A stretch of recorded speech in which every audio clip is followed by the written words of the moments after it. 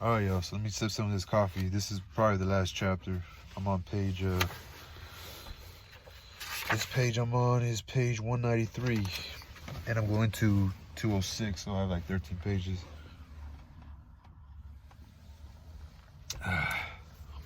Look, here comes a friend. The friend will play with Jane. They will play a good game. Play, Jane, play. How many times a minute are you going to look inside that old thing? I didn't look in a long time. You did too, so what? I can look if I want to. I didn't say you couldn't. I just don't know why you have to look every minute. They aren't going anywhere. I know. I just like to look. You scared they might go away? Of course not. How can they go away? The others went away. They didn't go away. They changed. Go away. Change. What's the difference? A lot. Mr. Soap said they would last forever. Forever and ever. Amen. Yes, if you want to know. You don't have to be so smarty when you talk to me. I'm not being smarty. You started it. I just like to do something else besides watch you stare in that mirror. You're just jealous. I am not. You are. You wish you had them. How? What would I look like with blue eyes? Nothing much. If you're going to keep this up, I may as well go on off by myself. No, don't go. What you want to do? We could go outside and play, I guess, but it's too hot. You can take your old mirror, put it in your coat pocket, and you can look at yourself up and down the street. Boy, I never would have thought you'd be so jealous. Oh, come on. You are. What? You are what? Jealous. Okay, so I'm jealous. See, I told you. No, I told you. Are they really nice? Yes, very nice. Just very nice? Really, truly, very nice. Really, truly, bluely nice?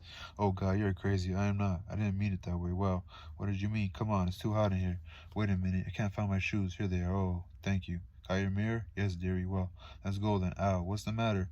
The sun is too bright. It hurts my eyes. Not mine. I don't even blink. Look. I can look right at the sun. Don't do that. Why not? It doesn't hurt. I don't even have to blink. I'll blink anyway. You make me feel funny staring at the sun like that. Feel funny how? I don't know. Oh, you do. Yes, you do. Feel funny how? I told you I don't know. Why don't you look at me when you say that? You're looking drop-eyed like Mrs. Breelove. Mrs. Breelove looked drop-eyed at you? Yes, now she does. Ever since I got my blue eyes, she look away from me all the time. Do you suppose she's jealous too? Could be. They are pretty, you know. I know. He really did a good job. Everybody's jealous. Every time I look at somebody, they look off. Is that why nobody has told you how pretty they are? Sure it is. Can you imagine something like that happening to a person and nobody saying anything about it? They all try to pretend they don't see them. Isn't that funny? I said, isn't that funny? Yes, you're the only one who tells me how pretty they are. Yes, you're a real friend. I'm sorry about picking on you before. I mean, saying you were jealous and all. That's all right. No, really, you're my best friend. Why didn't I know you before? You didn't need me before. Didn't need you? I mean, you weren't so unhappy before. I guess you didn't notice me before. I guess you're right. And I was so lonely for friends, and you were right here, right before my eyes. No, honey, right after your eyes. What? What does Maureen think about your eyes? She doesn't say anything about them. Has she said anything to you about them? No, nothing. Do you like Maureen? Oh, she's alright for half white girl, that is. I know what you mean, but would you like to be her friend? I mean, would you like to go around with her or anything? No, me neither, but she sure is popular. Who wants to be popular? Not me. Me neither. But you couldn't be popular anyway. You don't even go to school. You don't either. I know, but I used to. What did you stop for? They made me. Who made you? I don't know. After that first day at school when I had my blue eyes, well, the next day that Mrs. Breelove come out. Now I don't go anymore, but I don't care. You don't? No, I don't. They're just prejudiced, that's all. They sure, yes, they sure are prejudiced. Just because they got blue eyes, bluer than theirs, are prejudiced. That's right. They are bluer, aren't they? Oh yes, much bluer. Bluer than Joanna's, much bluer than Joanna's, and bluer than Michelena's, much bluer than Michelena's. I thought so. Did Michelena say anything to you about my eyes? No, nothing. Did you say anything to her? No. How come? How come what? How come you don't talk to anybody? I talk to you besides me. I don't like anybody besides you. Where do you live? I told you once. What is your mother's name? Why are you busy meddling me? I just wondered. You don't talk to anybody. You don't go to school and nobody talks to you. How do you know nobody talks to me?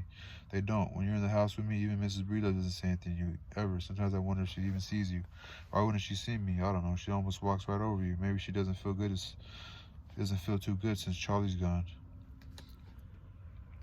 Oh yes, he must be right. She probably misses him. I don't know why she would. All he did was get drunk and beat her. Well, you know how grown-ups are. Yes, now how are they? Well, she probably loved him anyway. Him? Sure, why not anyway? If she didn't love him, sure, she'd let him do it to her a lot. That's nothing. How do you know? I saw them all the time. She didn't like it. Then why she let him do it to her? Because he made her. How could somebody make you do something like that? Easy. Oh yeah? How easy? They just make you, that's all. I guess you're right, and Charlie can make anybody do anything. He cannot. He made you, didn't he? Shut up. I was only teasing. Shut up. Okay, okay. He just tried. See, he didn't do anything, you hear me? I'm shutting up. You better. I don't like that kind of talk. I said I'm shutting up. You always talk so dirty. Who told you about that anyway? I forgot. Sammy? No, you did. I did not. You did. You said he tried to do it to you when you were sleeping on the couch. See there, you don't even know what you're talking about it. You're talking about. It was when I was washing dishes. Oh yes, washing dishes by myself in the kitchen. Well, I'm glad you didn't let him. Yes. Did you? Did I what? Let him. Now who's crazy? I am, I guess. You sure are. Still. Well, go ahead. Still what? I wonder what it would be like. Horrible, really? Yes, horrible. Then why didn't you tell Miss Breedlove? I did tell her. I don't mean about the first time. I mean about the second time when you were sleeping on the couch. I wasn't sleeping. I was reading. You don't have to shout. You don't understand anything, do you? She didn't even believe me when I told her. So that's why you didn't tell her about the second time? She wouldn't have believed me then either. You're right. No use telling her when she wouldn't believe you. That's what I'm trying to get through your thick head. Okay, I understand. It's just about. What do you mean just about? You sure are mean today. You keep on saying mean and sneaky things. I thought you were my friend. I am. Now leave me alone about Charlie, okay?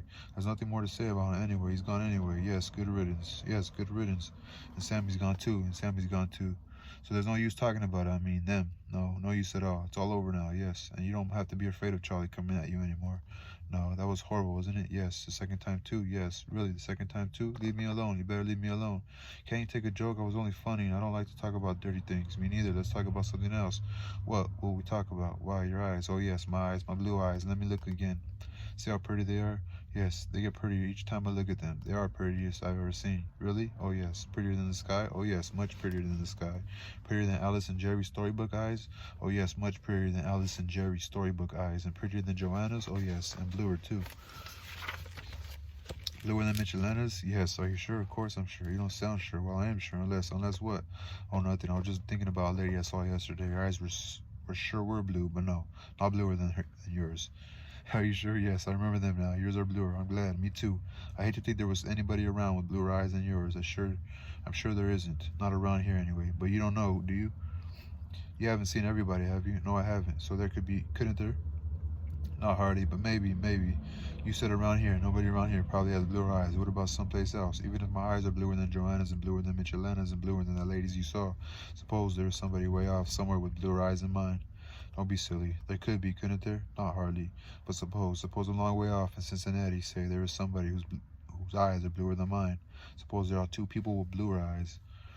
So what? You asked for blue eyes. You got blue eyes. He should have made them bluer. Who? Mr. Sope. Did you say what color blue you wanted? Oh, I forgot. Oh, wow.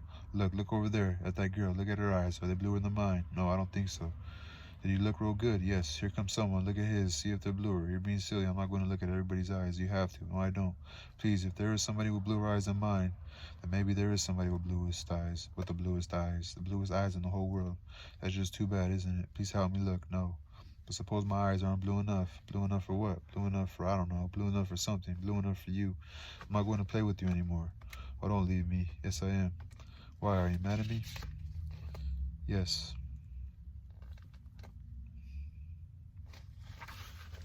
Because my eyes aren't blue enough? Because I don't have the bluest eyes? No, because you're acting silly. Don't go, don't leave me. Will you come back if I get them?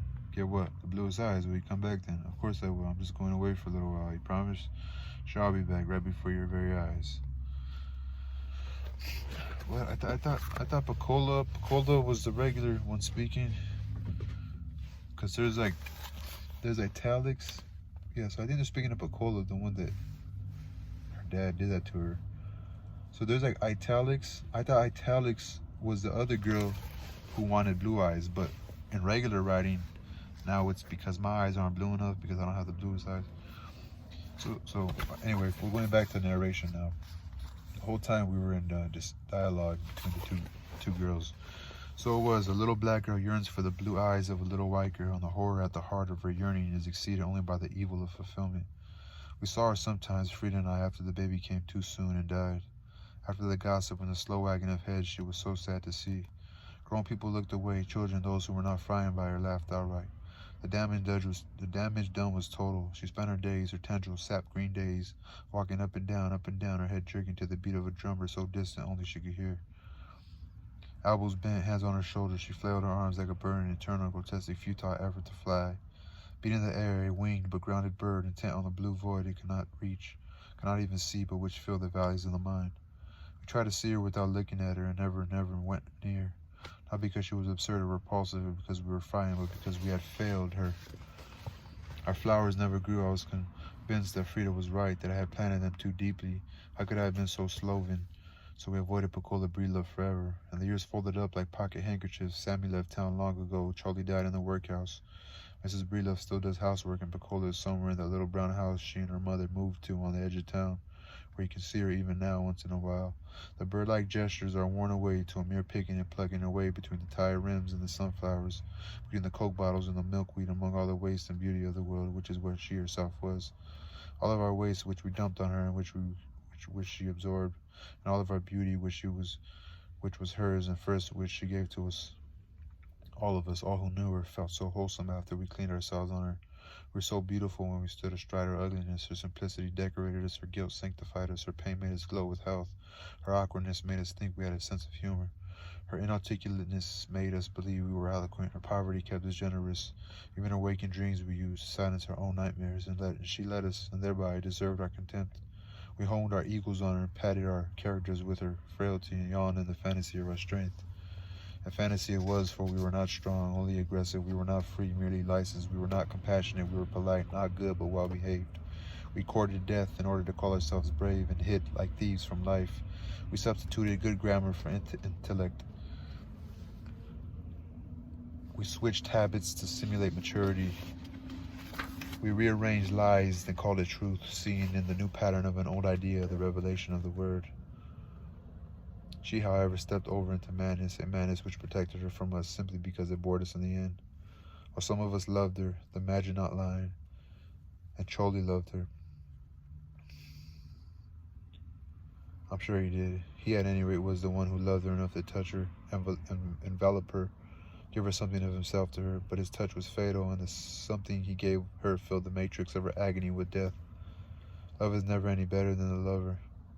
Wicked people love wickedly, violent people love violently, weak people love weakly, stupid people love stupidly, but the love of a free man is never safe. There is no gift for the beloved. The lover alone possesses his gift of love. The loved one is shorn, neutralized, frozen in the glare of the lover's inward eye.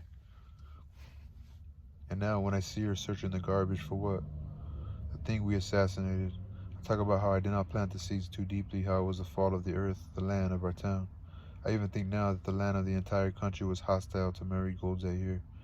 The soil is bad for certain kinds of flowers, certain seeds it will not nurture, certain fruit it will not bear. When the land kills of its own volition, we acquiesce and say the victim had no right to live. We are wrong, of course, but it doesn't matter. It's too late, at least on the edge of my town. Among the garbage and the sunflowers of my town, it's much, much, much too late.